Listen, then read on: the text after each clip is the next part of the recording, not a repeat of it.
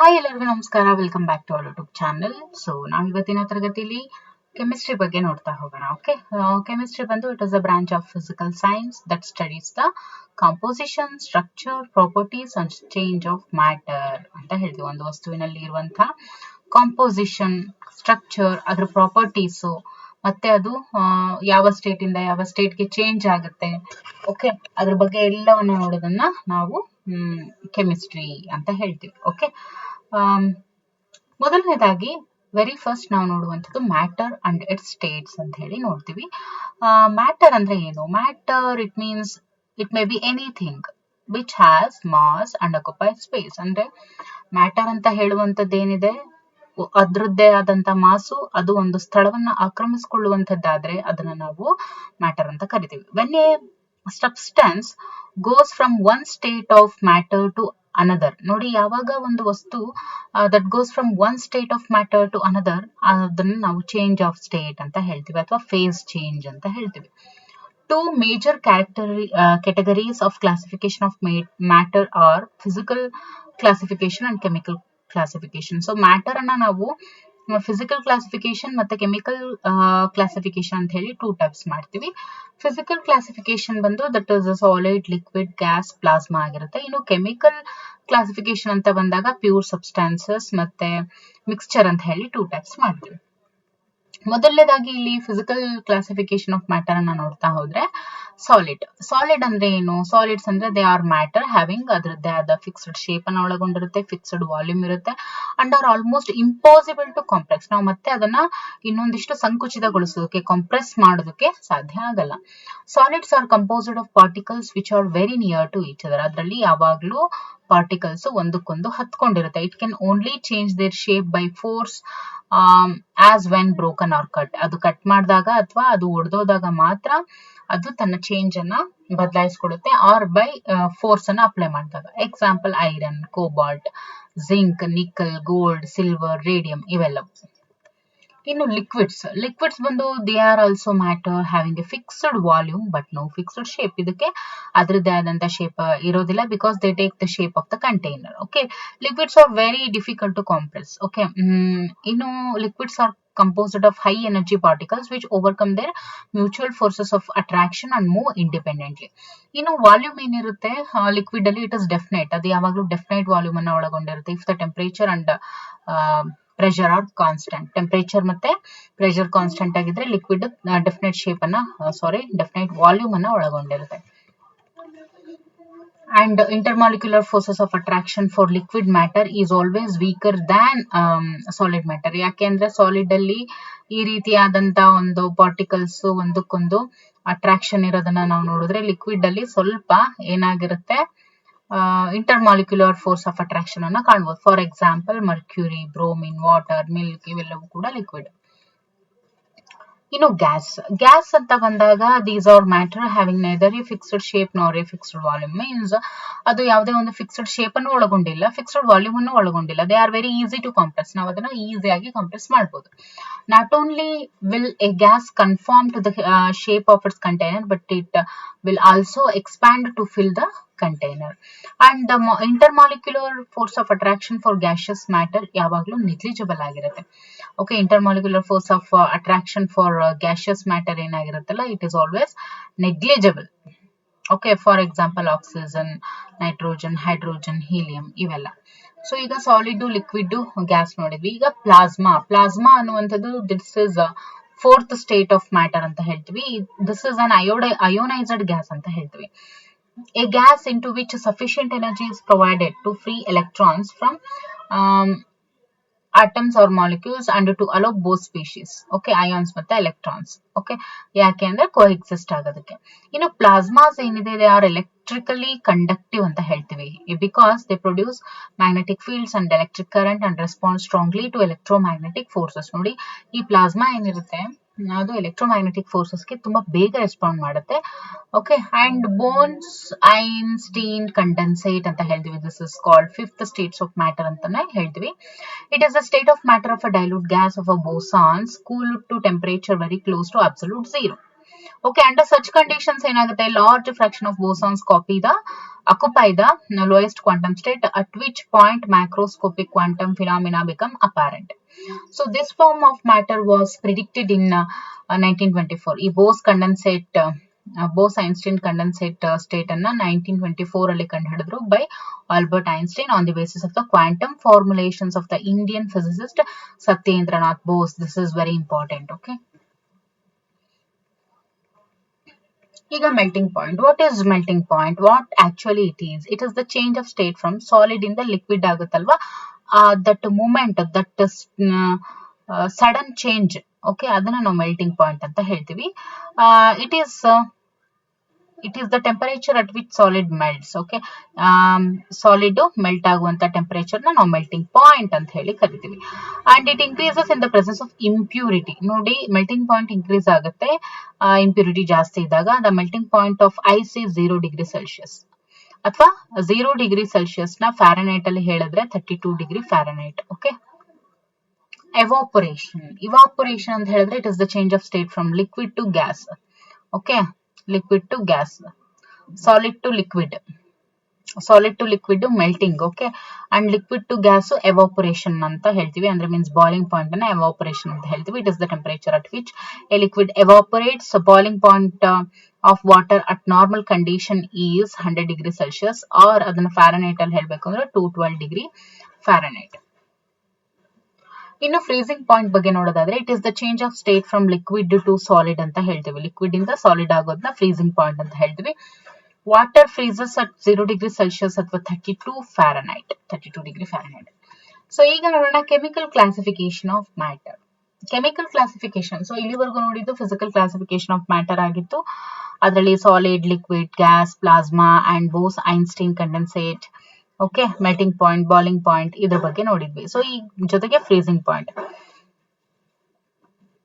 ಈಗ chemical classification of matter. Chemical classification of matter ಬಂದು pure substances and mixture ಅಂತ ನೋಡಿದ್ವಿ. ಸೊ ಪ್ಯೂರ್ ಸಬ್ಸ್ಟಾನ್ಸ್ ಅಂತ ಬಂದಾಗ A material that is composed of only one type of particle. Examples of A pure substance include gold, oxygen, water. ಇವೆಲ್ಲ ಏನು pure substances. Can be either an element or a compound, but the composition of a pure substance does not vary. ಅದು composition ಏನಿರುತ್ತೆ ಪ್ಯೂರ್ದು, ಅದು does not vary. ಇನ್ನು atom ಅಂತ ಬಂದಾಗ it is the smallest amount of an element. Smallest amount of an element ಅನ್ನ ನಾವು atom ಅಂತ ಹೇಳಿ ಕರಿತೀವಿ. Okay, it is composed of dense core called, ಅದ್ರೊಳಗಡೆ ನ್ಯೂಕ್ಲಿಯಸ್ ಇರುತ್ತೆ, series of outer shell atom ಒಳಗೊಂಡಿರುತ್ತೆ, ಅಕ್ಯುಪೈಡ್ ಬೈ ಆರ್ಬಿಟಿಂಗ್ ಎಲೆಕ್ಟ್ರಾನ್ಸ್ ಅದ್ರೊಳಗಡೆ ಇರುತ್ತೆ, ನ್ಯೂಕ್ಲಿಯಸ್ ಜೊತೆಗೆ ಪ್ರೋಟಾನ್ಸು, ನ್ಯೂಟ್ರಾನ್ಸು ಎಲ್ಲಾನು ಸೆಂಟರ್ ಆಫ್ ಅನ್ ಆಟಮ್ ಅಲ್ಲಿ ಇರುತ್ತೆ. ಇನ್ನು protons have a positive electric charge while neutrons R neutral ಆಗಿರುತ್ತೆ. ಇನ್ನು ಮಾಲಿಕ್ಯೂಲ್ಸ್, ಇದಿಷ್ಟು ಆಟಮ್ಸ್ ಬಗ್ಗೆ ಆದ್ರೆ ಮಾಲಿಕ್ಯೂಲ್ಸ್ ಬಗ್ಗೆ ನೋಡ್ತಾ ಹೋದ್ರೆ it is 2 or more atoms. ನೋಡಿ, 1 atom 2 or more atoms combined ಆದ್ರೆ ನಾವು ಅದನ್ನು ಮಾಲಿಕ್ಯೂಲ್ ಅಂತ ಹೇಳ್ತೀವಿ. ಡಯಾಟಮಿಕ್ ಮಾಲಿಕ್ಯೂಲ್ಸ್ ಬಂದು hydrogen, nitrogen, oxygen, fluorine, chlorine, iodine, bromine ಇವೆಲ್ಲ ಏನು molecules. Okay, and one more, ಇವಾಗ ಎಲಿಮೆಂಟ್. Okay, element. ಆಟಮ್ ಅಂದ್ರೆ ಗೊತ್ತಾಯ್ತು, ಮಾಲಿಕ್ಯೂಲ್ ಅಂದ್ರೆ ಗೊತ್ತಾಯ್ತು, ಈಗ element.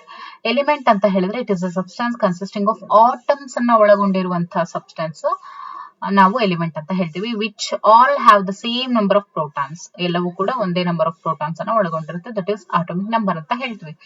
It can only be changed into other elements using nuclear methods. Okay, in the earth's crust oxygen ಏನಿರುತ್ತಲ್ವಾ 47% is the most abundant element. So earth crust ಅಲ್ಲಿ most abundant element on the earth's crust, in the earth's crust ಅಂತ ಕೇಳ್ತಾರೆ. Option ಏನಾಗಿರ್ಬೇಕು, oxygen ಆಗಿರ್ಬೇಕು. ಇದನ್ನ CTET ನಲ್ಲೂ ಕೇಳಿದ್ದಾರೆ, ಜೊತೆಗೆ TET ನಲ್ಲೂ ಕೇಳಿದ್ದಾರೆ, GPSTR ಅಲ್ಲೂ ಕೂಡ ರಿಪೀಟೆಡ್ ಕ್ವೆಶನ್ ಇದು. ಅದಾದ ನಂತರ 28% ಯಾವುದು ಸಿಲಿಕಾನ್, ಅದಾದ ನಂತರ ಅಲ್ಯೂಮಿನಿಯಂ ಬರುತ್ತೆ. There are 118 elements that have been identified, of which the 94 occur naturally. ನೋಡಿ, ಪಿರಿಯಾಡಿಕ್ ಟೇಬಲ್ ಅಲ್ಲಿ ಇರುವಂತ 118 ಎಲಿಮೆಂಟ್ಸ್ ಏನಿದೆ ಅದರಲ್ಲಿ 94 ಎಲಿಮೆಂಟ್ಸ್ ಏನಿದೆ ಅವೆಲ್ಲವೂ ನ್ಯಾಚುರಲಿ ಅಕ್ಕರಿಂಗ್ ಆನ್ ಅರ್ತ್. ಇನ್ನು ಮಿಕ್ಕಿರುವಂತ 24 ಏನಿದೆ they are all man made ಅಥವಾ ಸಿಂಥೆಟಿಕ್ ಆರ್ಟಿಫಿಷಿಯಲ್ ಎಲಿಮೆಂಟ್ಸ್ ಅಂತ ಹೇಳ್ಬೋದು. On the periodic table, there are three major types of elements known as metals, non-metals, ಮತ್ತೆ metalloids ಅಂತ ಹೇಳಿ ನೋಡ್ತೀವಿ. ಅದರಲ್ಲಿ ನಾವು ಮೆಟಲ್ಸ್ ಏನಿರುತ್ತೆ they are generally shiny, malleable, hard ಆಗಿರುತ್ತೆ.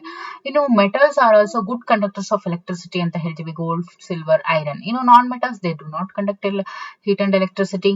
Non-metals are typically brittle ಆಗಿರ್ತವೆ, they are not easily molded into shapes. For example, hydrogen, carbon. Okay, ಇನ್ನು ಮೆಟಲಾಯ್ಡ್ಸ್ ಅಂತ ಬಂದಾಗ share characteristics of both metals and non-metals. Both metals and non-metals is equal to metalloids.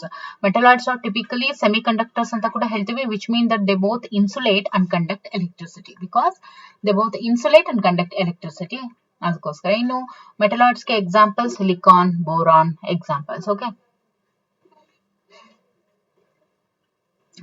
Important note ನೋಡಿ ಇಲ್ಲಿ. Elements with atomic numbers 113, 115, 117, 118 were discovered in 2016. So named as ununtrium, ununpentium, ununseptium and ununoctium ಅಂತ ಹೇಳಿ ಏನ್ ಮಾಡಿದ್ರೆ ಗುರುತಿಸಿದ್ದಾರೆ. These elements were discovered by Russian-American team of scientists at the Joint Institute of Nuclear Research in Dubna and Lawrence Livermore National Laboratory in California. Okay. And compounds. ಈಗ ಯಾವುದು compounds ಬಗ್ಗೆ ನಾವು ನೋಡ್ತಾ ಹೋದ್ರೆ, compounds, if compounds of two or more different atoms chemically bonded to one, it is ಅಂದ್ರೆ it composed of two or more different atoms. ಇದರಲ್ಲಿ ಎರಡು ಅಥವಾ ಅದಕ್ಕಿಂತ ಹೆಚ್ಚು ಆಟಮ್ಸ್ ಏನಿರುತ್ತೆ, two or more different atoms chemically combined together ನಮಗೆ compound ಸಿಗುತ್ತೆ. It can be destroyed by chemical means only. It might be broken down into simpler compounds and into elements or in combination of the two. For example ನೋಡಿ, ಈಗ H2O ಅನ್ನುವಂಥ compound ಏನಿದೆ, it is made up of two elements, ಒಂದು hydrogen ಮತ್ತೆ oxygen. Compounds are divided into two main categories, ಒಂದು organic compound ಮತ್ತೆ inorganic compound ಅಂತ ಹೇಳಿ ಟೂ ಟೈಪ್ಸ್ ಡಿವೈಡ್ ಮಾಡ್ತೀವಿ. Okay, and mixture. ಇವಾಗ ನಾವು ಇಷ್ಟೊತ್ತು ಯಾವ್ದನ್ನ ನೋಡಿದ್ವಿ, ಪ್ಯೂರ್ ಸಬ್ಸ್ಟಾನ್ಸಸ್ ಬಗ್ಗೆ ನೋಡಿದ್ವಿ. ಈಗ ಮಿಕ್ಸ್ಚರ್ಸ್ ಅಥವಾ ಇಂಪ್ಯೂರ್ ಸಬ್ಸ್ಟಾನ್ಸಸ್ ಅದರ ಬಗ್ಗೆ ನೋಡ್ತಾ ಹೋದ್ರೆ, ಮಿಕ್ಸ್ಚರ್ಸ್ ಬಂದು it is a material system made up of two or more different substances which are mixed but are not combined chemically, ಅದನ್ನ ಮಿಕ್ಸ್ಚರ್ಸ್ ಅಂತ ಹೇಳ್ತೀವಿ. ಹೋಮೋಜಿನಸ್ ಮಿಕ್ಸ್ಚರ್ ಮತ್ತೆ ಹೆಟೆರೋಜಿನಸ್ ಮಿಕ್ಸ್ಚರ್ ಅಂತ ಅಗೇನ್ ಟೂ ಟೈಪ್ಸ್ ನಾವು ನೋಡ್ತೀವಿ. Relatively uniform in composition uniform ಆಗಿತ್ತು ಅಂದ್ರೆ ಅದನ್ನ ಹೋಮೋಜಿನಸ್ ಮಿಕ್ಸ್ಚರ್ ಅಂತ ಹೇಳ್ತೀವಿ. Every portion of the mixture is like every other portion. ಇನ್ನು ಹೆಟೆರೋಜಿನಸ್ ಮಿಕ್ಸ್ಚರ್ ಅಂತ ಬಂದಾಗ, it is a mixture whose composition varies from position to position within the sample ಆಗಿದ್ರೆ ಅದನ್ನ ಹೆಟೆರೋಜಿನಸ್ ಪೊಸಿಷನ್ ಅಂತ ಹೇಳ್ತೀವಿ, mixture ಅಂತ ಹೇಳ್ತೀವಿ. And one more very important point, that is various separation process. ಇದ್ರ ಮೇಲೆ ಪಕ್ಕಾ 1 ಮಾರ್ಕ್ ಕ್ವೆಶ್ಚನ್ ಯಾವಾಗ್ಲೂ ಇದ್ದೇ ಇರುತ್ತೆ. ಓಕೆ, ವೇರಿಯಸ್ ಸಪರೇಷನ್ ಪ್ರೋಸೆಸ್ ಬಂದಾಗ ಮೊದಲನೇದು ಸೆಡಿಮೆಂಟೇಷನ್ ಅಂದ್ರೆ ಏನು, ತಳದಲ್ಲಿ ಹೋಗಿ ಕುತ್ಕೊಳ್ಳೋದು. This is the process of separating and insoluble solid ಏನಿರುತ್ತೆ ಅದು ಲಿಕ್ವಿಡ್ ಇಂದ, in which it is suspended by allowing it to settle to the bottom of the container. Okay, filtration ಅಂತ ಅಂದ್ರೆ ಇನ್ಸಾಲ್ಯುಬಲ್ ಸಾಲಿಡ್ಸ್ ಅನ್ನ ಲಿಕ್ವಿಡ್ ಇಂದ separate ಮಾಡೋದು. Okay, and evaporation ಅಂದ್ರೆ ಏನು, it is used for recovering dissolved solid substances from solutions by evaporating the solvent ಅನ್ನ evaporate ಮಾಡೋದ್ರ ಮೂಲಕ. Okay, the salute dissolves out and is left behind ಏನಿರುತ್ತೆ ನಮ್ಗೆ ಸಿಗುತ್ತೆ. ಅಂಡ್ ಕ್ರಿಸ್ಟಲೈಸೇಷನ್ ಅಂತ ಹೇಳಿದ್ರೆ, it is a sophisticated form of evaporation technique ಅಂತ ಹೇಳ್ತೀವಿ ಕ್ರಿಸ್ಟಲೈಸೇಷನ್ ಅನ್ನ. ಇಲ್ಲಿ ಏನಾಗುತ್ತೆ, crystals of the solute are encouraged to develop during the process of dissolving out from the solution as the solvent evaporates. ಇನ್ನು distillation ಅಂತ ಹೇಳಿದ್ರೆ solution ಅನ್ನ heat ಮಾಡೋದು. ಓಕೆ, ಯಾವ ಒಂದು ಸೊಲ್ಯೂಷನ್ ನ ಹೀಟ್ ಮಾಡ್ತೀವಿ, ಸಾಲ್ಯುಬಲ್ ಸಾಲಿಡ್ಸ್ ಒಳಗೊಂಡಿರುವಂತಹ ಒಂದು ಸೊಲ್ಯೂಷನ್ ಅನ್ನ ಹೀಟ್ ಮಾಡ್ತೀವಿ. ಯಾಕೆಂದ್ರೆ ವೇಪರ್ಸ್ ಆಫ್ ದ ಲಿಕ್ವಿಡ್ ಅನ್ನ ಫಾರ್ಮೇಶನ್ ಮಾಡ್ಲಿಕ್ಕೆ, and then cooling the vapours to get liquid back, ಮತ್ತೆ ಆ ಒಂದು ಲಿಕ್ವಿಡ್ ಅನ್ನ ನಾವು ಪಡ್ಕೊಳ್ಳೋದಕ್ಕೆ.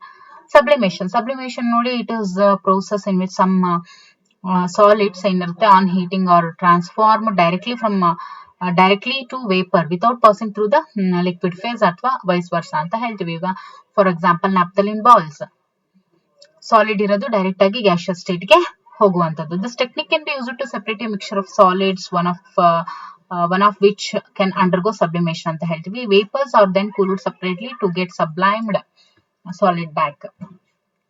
ಅಂಡ್ ಎಕ್ಸ್ಟ್ರಾಕ್ಷನ್ ಅಂತ ಹೇಳ್ತೀವಿ. ಈ ಪ್ರೋಸೆಸ್ ಬಂದು dissolving out the soluble component from a mixture. ಒಂದು ಮಿಕ್ಸ್ಚರ್ ಅಲ್ಲಿ ಇರುವಂತ ಸಾಲ್ಬಲ್ ಕಾಂಪೋನೆಂಟ್ ಏನಿರುತ್ತಲ್ವಾ ಅದನ್ನ ಹೊರಗಡೆ ತೆಗೆಯೋದು. And subsequently treating the solution to get the solid. ಇನ್ನು ಮ್ಯಾಗ್ನೆಟಿಕ್ ಸೆಪರೇಷನ್ ನೋಡಿ, exemplified by the separation of iron filings ಅನ್ನು ಯೂಸ್ ಮಾಡಿ ಸೆಪರೇಟ್ ಮಾಡುವಂಥದ್ದು. ಕ್ರೊಮಟೋಗ್ರಫಿ ಇದು ಒಂದು ಅಡ್ವಾನ್ಸ್ಡ್ ಟೆಕ್ನಿಕ್ ಆಗಿದೆ. ಇಂಡಿವಿಜುವಲ್ ಕಾಂಪೋನೆಂಟ್ಸ್, ಒಂದು ಮಿಕ್ಸ್ಚರ್ ಅಲ್ಲಿ ಇರುವಂತ ಇಂಡಿವಿಜುವಲ್ ಕಾಂಪೋನೆಂಟ್ ಅನ್ನ ಸೆಪರೇಟ್ ಮಾಡ್ಲಿಕ್ಕೆ ಕ್ರೊಮಟೋಗ್ರಫಿಯನ್ನ ಬಳಸ್ತಾರೆ. ಇದನ್ನ ಯಾವ್ದ್ರ ಮೂಲಕ ಅಂತ ಹೇಳಿದ್ರೆ ಡಿಫ್ರೆಂಟ್ ರೇಟ್ಸ್ ಆಫ್ ಫ್ಲೋ ಅಂದ್ರೆ ಪ್ರಾಪರ್ಟಿ ಆಫ್ ಡಿಫರೆನ್ಷಿಯಲ್ ಮೈಗ್ರೇಷನ್ ಅನ್ನ ಯೂಸ್ ಮಾಡಿಕೊಂಡು ಇದನ್ನ ಉಪಯೋಗಿಸ್ತಾರೆ. ಅಂಡ್ ಫ್ರಾಕ್ಷನಲ್ ಡಿಸ್ಟಿಲೇಷನ್ ಅಂತ ಬಂದಾಗ process of separating of two or more miscible liquids by a modified distillation process in which the distillates are collected as fractions having different boiling points. ಅವನ್ನ ಅಂದ್ರೆ different according to different boiling points ಇದನ್ನ fractional distillation ಅನ್ನ ಕೈಗೊಳ್ತಾರೆ. separation of the liquids by this method is based on the difference in their boiling point ಆಗಿರುತ್ತೆ. This is very important. and reverse osmosis ಅಂತ ನೋಡ್ತೀವಿ. Reverse osmosis ಅಂದ್ರೆ ಏನು? Process of forcing a solvent from a region of high solute concentration through a semi permeable membrane to a region of low solute concentration by applying pressure in excess of the osmotic pressure ಅಂತ ಹೇಳ್ತೀವಿ. ಅದನ್ನೇ reverse osmosis ಅಂತ ಹೇಳುವಂಥದ್ದು. ಇನ್ನು chemical changes ಮತ್ತೆ physical changes ಬಗ್ಗೆ ನೋಡ್ತಾ ಹೋಗೋಣ. ಕೆಮಿಕಲ್ ಚೇಂಜಸ್ ಅಂದ್ರೆ ಏನು? ಕೆಮಿಕಲಿ ಚೇಂಜಸ್ ಉಂಟಾಗಿರ್ಬೇಕು. Okay, these affect the composition as well as the chemical properties of the matter and resulting in the formation of new substance idre adna chemical change anta kariತೀವಿ. Example, chemical changes include combustion, cooking an egg, and rusting of an iron pan, and mixing hydrochloric acid and sodium hydroxide to make salt and water. Okay, ಇವೆಲ್ಲ chemical ಚೇಂಜಸ್ಗೆ examples. ಇನ್ನು physical changes ಅಂತ ಬಂದಾಗ it is the change which only affect the physical properties like colour, hardness, density, melting point of water. ಇವೆಲ್ಲ physical ಚೇಂಜಸ್ಗೆ ಒಳಪಟ್ಟಂತವನ್ನ ಇಲ್ಲಿ recognise ಮಾಡುವಂತ. It does not affect the composition and chemical properties of water. Physical changes ಏನಿರುತ್ತೆ it does not affect the composition and chemical properties of matter. Example ಬಂದು ನೋಡಿ, physical changes include crushing A can, melting an ice cube, breaking a bottle. ಇವೆಲ್ಲ physical ಚೇಂಜಸ್ಗೆ examples. ಇನ್ನು mole concept ಅಂತ ಹೇಳಿದ್ರೆ ನೋಡಿ, ಇವಾಗ ನಾವೇನು ಈಗ ಒಂದು ಡಜನ್ ಅಥವಾ 1 kg ಅಂತ ಎಲ್ಲ ಕರಿತೀವಿ. ಕೆಮಿಕಲ್ ಅಂದ್ರೆ ಕೆಮಿಸ್ಟ್ರಿ ಅಂತ ಬಂದಾಗ ನಾವು ಮೋಲ್ ಅಂತ ಹೇಳಿ ಒಂದು ಕ್ವಾಂಟಿಟಿ ಆಫ್ ಸಬ್ಸ್ಟೆನ್ಸ್ ಅನ್ನ ನಾವು ಮೋಲ್ ಅಂತ ಹೇಳಿ ಇಂಡಿಕೇಟ್ ಮಾಡ್ತೀವಿ. Okay, so it is defined as the quantity of a substance that has the same number of particles are found in 12 grams of carbon 12. ಅಂದ್ರೆ ಕಾರ್ಬನ್ 12 ನ 12 ಗ್ರಾಮ್ಸ್ ಅಲ್ಲಿ ಕಂಡು ಬರುವಂತ ನಂಬರ್ ಆಫ್ ಪಾರ್ಟಿಕಲ್ಸ್ ಏನಿರುತ್ತೆ ಅದನ್ನ mole concept. Okay, quantity of substance, ಒಂದು quantity of substance ಇದು ಒಂದು ಮೋಲ್ ಅಂತ ಅನ್ಕೊಂಡ್ರೆ ಇದು ಸೇಮ್ ನಂಬರ್ ಆಫ್ ಪಾರ್ಟಿಕಲ್ಸ್ ಒಳಗೊಂಡಿರುತ್ತೆ. That is found in carbon 12 grams of carbon 12 ಅಲ್ಲಿ ಕಂಡು ಬರುವಂತಹ ಪಾರ್ಟಿಕಲ್ಸ್ ಅನ್ನೇ ಒಳಗೊಂಡಿರುವಂತದ್ದು. Number of atoms present in 12 grams of carbon ಬಂದ್ಬಿಟ್ಟು which is equal to 6.023 into 10⁻23. ಅದನ್ನ ನಾವು ಅವೊಗಡ್ರೋ ಕಾನ್ಸ್ಟೆಂಟ್ ಅಂತ ಹೇಳ್ತೀವಿ. 1 mole is equal to 6.023 into 10⁻23. ಅದನ್ನ ಅವೊಗಡ್ರೋಸ್ ನಂಬರ್ ಅಥವಾ ಅವೊಗಡ್ರೋ ಕಾನ್ಸ್ಟೆಂಟ್ ಅಂತ ಕೂಡ ಕರೀತಾರೆ. ಇನ್ನು very important atomic mass, molar mass, okay, molecular mass ಅದನ್ನ ನೋಡ್ತಾ ಹೋದ್ರೆ ಅಟಾಮಿಕ್ ಮಾಸ್ ಅಂತ ಬಂದ್ರೆ it is the mass of one atom of that element in atomic mass unit. Molar mass ಅಂತ ಅಂದ್ರೆ it is equal to the numerical value of the atomic mass. Its unit is G ಅಂತ ಹೇಳ್ತೀವಿ. The molar mass of an atom is known as gram atomic mass. ಇನ್ನು molecular mass ಅಂತ ಬಂದ್ರೆ it is sum of the atomic masses of all the atoms in a molecule of a substance ಅಂತ ಹೇಳ್ತೀವಿ. Formula unit mass ಅಂತ ಹೇಳಿದ್ರೆ sum of the atomic masses of all atoms in a formula unit of a compound. It is used for substances made up of ions. Okay, ಯಾವೆಲ್ಲ ions ಇಂದ ಆಗಿರುತ್ತೆ ಅಂತ substance ಗೆ formula unit mass ಅನ್ನ ಉಪಯೋಗಿಸ್ತಾರೆ. This is very important. It is used for substances made up of ions. Okay, Na+Cl- like this. Okay, ಅವುಗಳಿಗೆ ಇವುಗಳನ್ನ sum ಮಾಡಿದಾಗ it is the sum of the atomic masses of all items in the formula. So ಇದರಲ್ಲಿ ಇರುವಂತದ್ದು ಇವೆರಡನ್ನು ಕೂಡ plus ಮಾಡಿದ್ರೆ ಏನ್ ಬರುತ್ತಲ್ವ that is said to be formula unit mass. So ಇದಿಷ್ಟು ಆಗಿತ್ತು. ನಾವಿಲ್ಲಿ ಏನ್ ನೋಡಿದ್ವಿ, ಮ್ಯಾಟರ್ ಅಂದ್ರೆ ಏನು, ಮ್ಯಾಟರ್ದು ಟೈಪ್ಸು, ಅದರಲ್ಲಿ physical classification of matter, chemical classification of matter. Okay, ಅದಾದ ನಂತರ various separation process of mixtures and physical change, chemical change, mole concept, ಮತ್ತೆ atomic mass, molar mass, molecular mass, ಮತ್ತೆ ಫಾರ್ಮುಲಾ ಯೂನಿಟ್ ಮಾಸ್ ಅಂತ ಹೇಳಿ ಒಟ್ಟಾರೆಯಾಗಿ ಬೇರೆ basic concepts of ಕೆಮಿಸ್ಟ್ರಿಯನ್ನ ನೋಡಿದ್ವಿ. Okay, ಇನ್ನು ಮುಂದಿನ ತರಗತಿಯಲ್ಲಿ ಇನ್ನಷ್ಟು ಇದ್ರ ಬಗ್ಗೆ ನಾವು ನೋಡ್ತಾ ಹೋಗೋಣ. ಓಕೆ, ಇದು ಒಂದು ಎಕ್ಸಾಮ್ ನ ಒಂದು ಶಾರ್ಟ್ ಅಂಡ್ ಕ್ವಿಕ್ ನೋಟ್ಸ್ ಆಗಿರುತ್ತೆ. ಹೋಪ್ ಸೊ ಇದು ನಿಮ್ಗೆ ತುಂಬಾ ಹೆಲ್ಪ್ಫುಲ್ ಆಗುತ್ತೆ ಅಂತ ಭಾವಿಸ್ತಾ ಈ ಒಂದು ತರಗತಿಯನ್ನ ಇಲ್ಲಿಗೆ ಮುಗಿಸ್ತಾ ಇದೀವಿ. ಮುಂದಿನ ಒಂದು ತರಗತಿಯಲ್ಲಿ ಇದರ ಮುಂದುವರೆದ ಭಾಗವನ್ನ ನೋಡ್ತಾ ಹೋಗೋಣ. Okay, thank you for watching.